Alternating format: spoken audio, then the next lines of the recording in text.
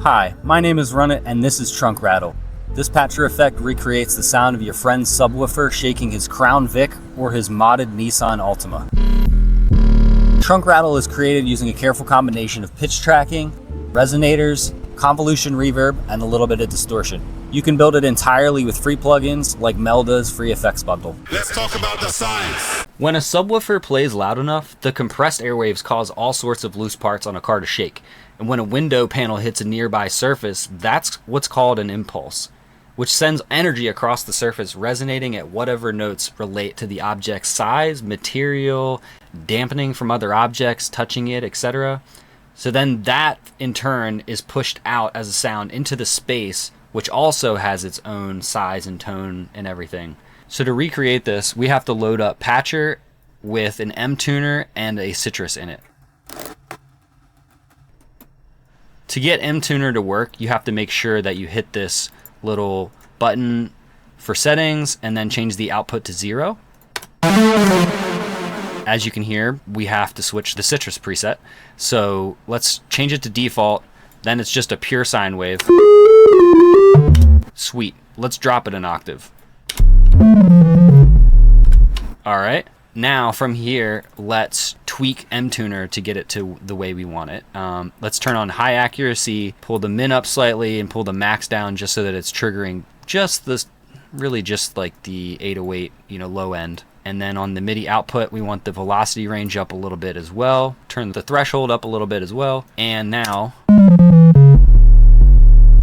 we're in sub territory. From there, we need to create the impulse, which we can do inside of Fruity Convolver and an Edison. Let's hear it here. If we hit this little lightning button, it's creating an impulse. So we can just record that.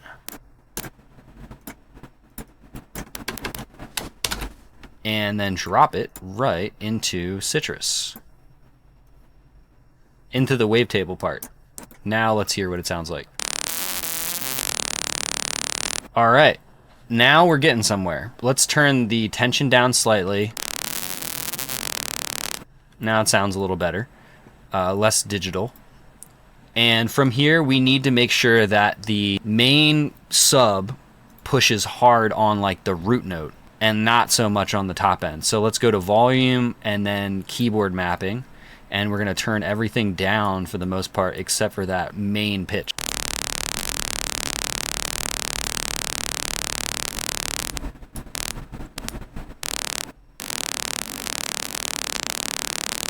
That sounds better. Now from here, we need to send it into a resonator. So let's pull up Fruity Flanger and turn the rate down all the way, turn the dry down, and turn the feedback up and the dampening up.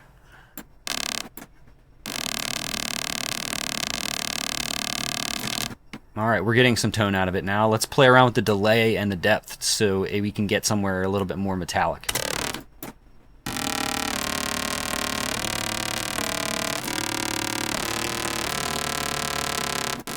From there, we need to send this impulse into a space.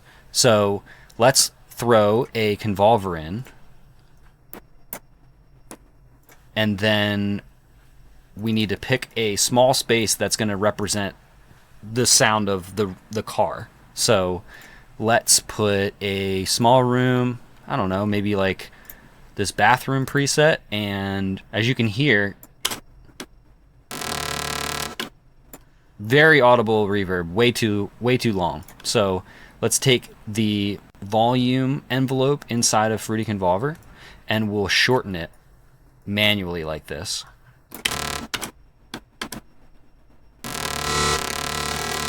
Still too long. That's way better.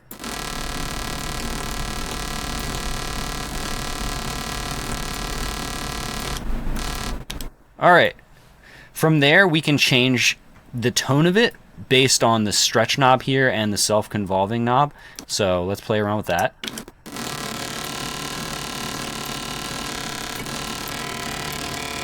That sounds good.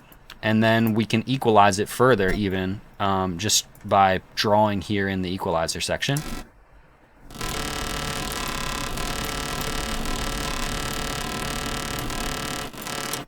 That sounds pretty decent. Maybe we make it a little bit tighter here. All right. From there, we want to layer this effect. So, you know, maybe we have a different one that is a slightly different tone, just so they can overlap and kind of create more realism. Different stretch and everything. Maybe the tail is slightly different, you know.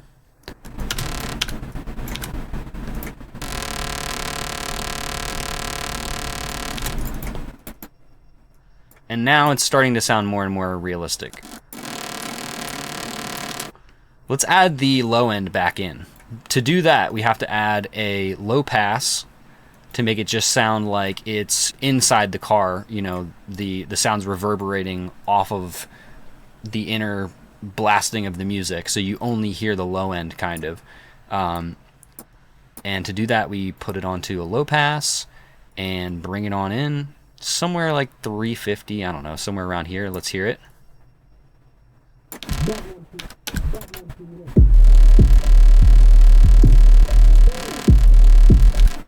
That sounds good. If you noticed, this is playing now way earlier than this M tuner layer, and so in order to fix that, we have to put in a delay. So let's add in a Fruity Delay 3, and we're going to turn off the dry, turn off the feedback, and we're gonna switch it so that it's in milliseconds, and we are gonna just listen and tweak it until it sounds good.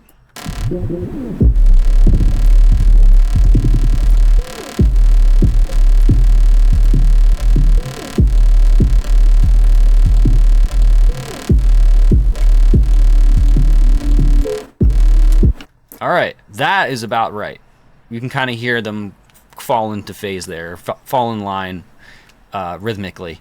So if you didn't also notice, the sub is playing and there's peaks and valleys to it, but the note coming out of M tuner is just a flat, straight line, you know?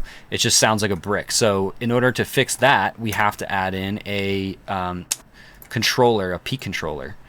And so let's pull that in off of this low pass original sound, and then we're going to take the output to peak, and then we're going to add in a fruity balance there. So let's add in a fruity balance,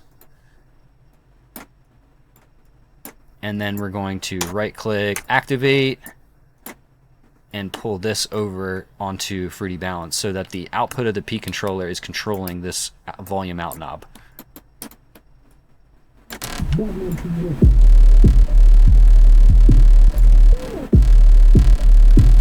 There we go.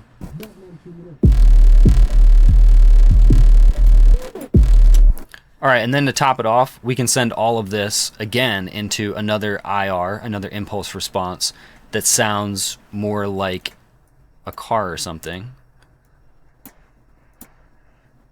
And we will see how that sounds.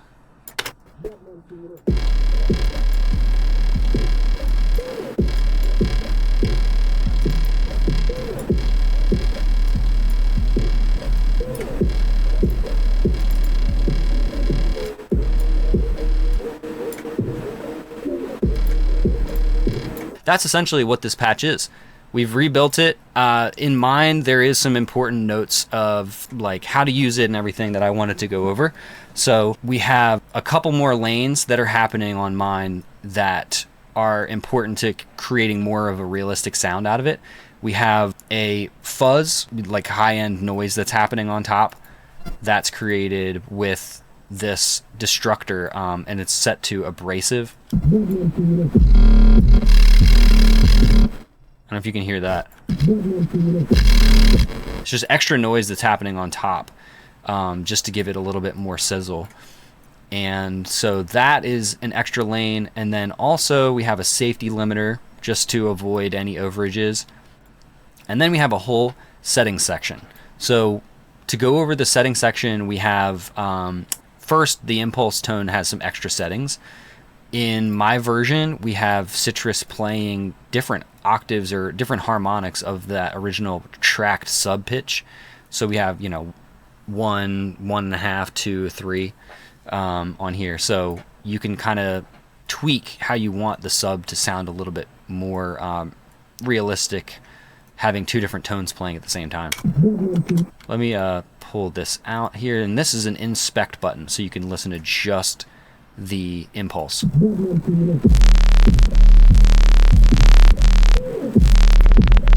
And that changes the octave.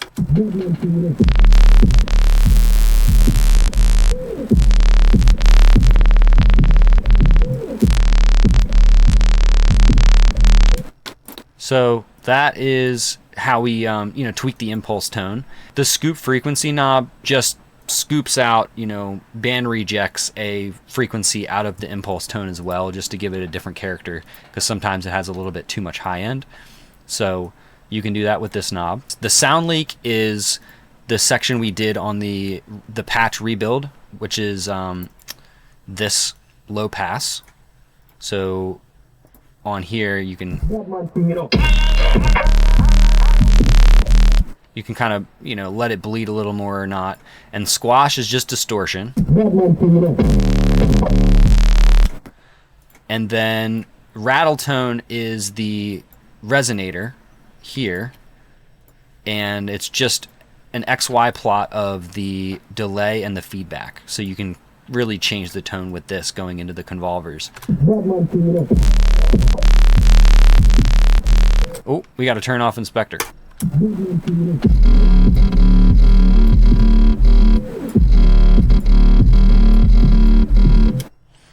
And then dampen is just the dampening of the flanger. So, if you want it a little bit more bright and crackly, you can turn that back.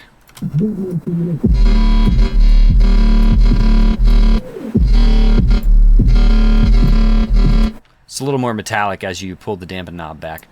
And then you have wet and dry of this all, so that just controls if you want just dry impulse instead of all of the extra convolution happening.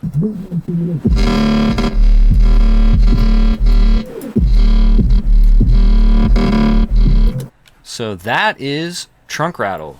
If you download this effect, make sure you have the latest version of mTuner, which you can get for free on Melda's site. I'll put it in the description as well. Also in the description, I'll put a pack of 808s I've made with this patch. The patch is for free to download on my Patreon, so get that along with 20 other patches I've made over the years.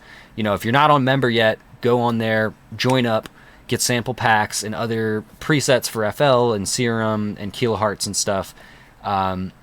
Join up, and I'll see you guys next time. Peace.